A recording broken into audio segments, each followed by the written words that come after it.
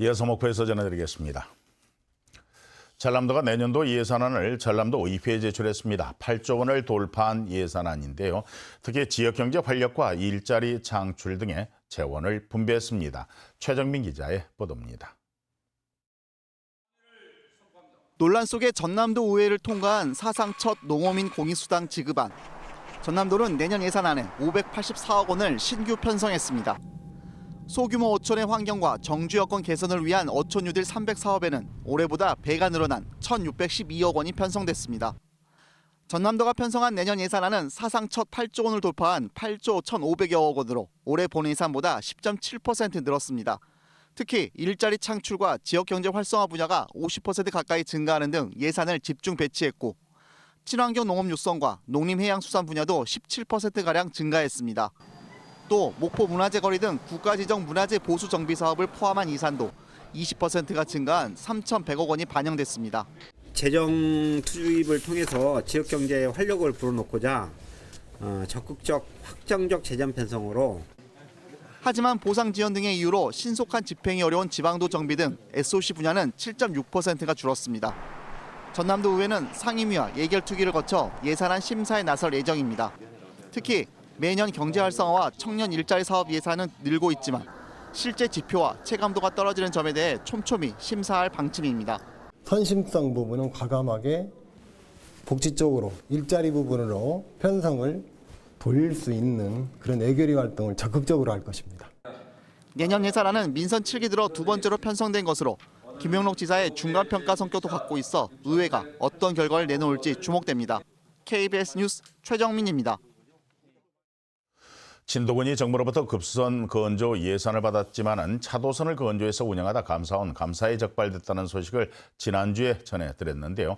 이런 가운데 진도군은 환경부로부터 다시 급수 운반선 건조에 필요한 예산을 지원받았습니다. 진도군은 사업 목적이 달라서 상관이 없다고 하지만은 급수 운반선의 지연 건조와 예산 낭비에 대한 지적은 피할 수 없을 것으로 보입니다. 손준수 기자의 보도입니다. 진도 백목항에서 100길로 2시간이 걸리는 독거도. 20가구가 거주하지만 상수도가 없어서 급수 운반선에 의존하고 있습니다.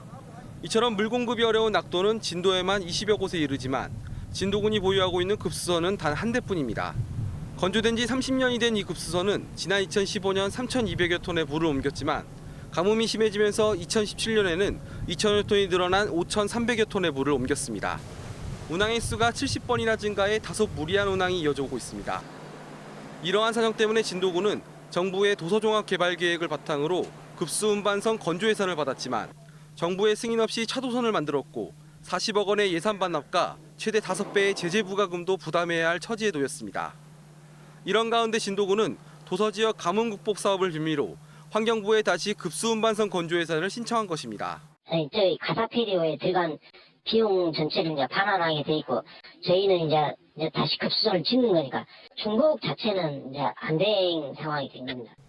진도군은 이번 예산을 받아 급수선 설계 용역까지 마쳤다고 하지만 감사원은 새 급수운반선 건조가 늦어지면 노후된 기존의 급수운반선을 그대로 운영할 수밖에 없어 오히려 낙도민의 생활용수 공급에 차질을 빚을 우려가 있다고 지적했습니다. 이것은 섬 주민들의 생명권을 가진 기만행위고 국민 무시행위다 그렇게 생각을 합니다.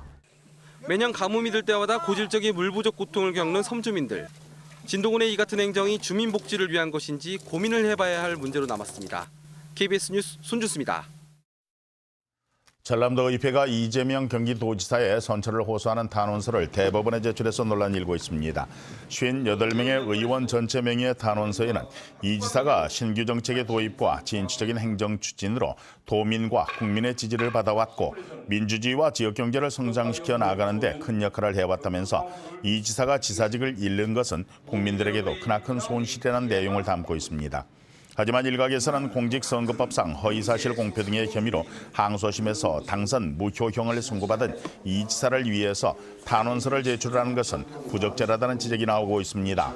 이 지사는 현재 대법원의 상고심 판결을 기다리고 있습니다. 전국농민회 총연맹 광주남연맹이 WTO 개발도상국 지위 포기 방침에 철회를 촉구하고 나섰습니다.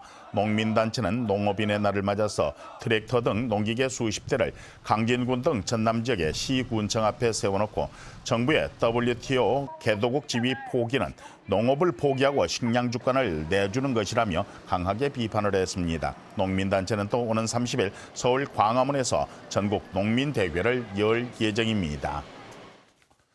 영암의 월출산 국화축제 방문객이 90만 명을 넘어선 것으로 집계됐습니다. 지금까지 목포였습니다.